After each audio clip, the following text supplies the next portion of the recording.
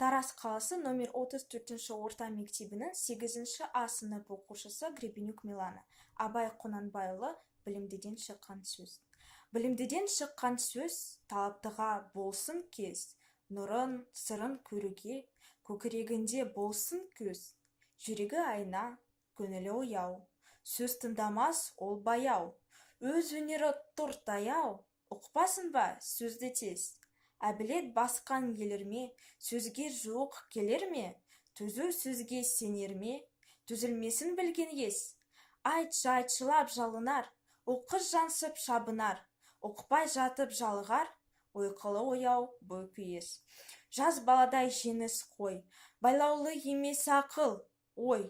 Ойлағаны айт пен той, ыржын қылжан ит мінез. Сұлу қыз бен я батыр, болмаған сон тәңірі алғыр. Шығып кетер я қалғыр, оған ақыл, арам без. Жақсыға айтсан жаны еріп, оғар көңіл шын беріп. Дертін ішіне ем көріп, неге алтынды десін жес. Ой, тәңір айшыл кер есек, қолық, сұмдық, не өсек. Болмаған сон бір есеп, мейлі қамқа, мейлі бөз.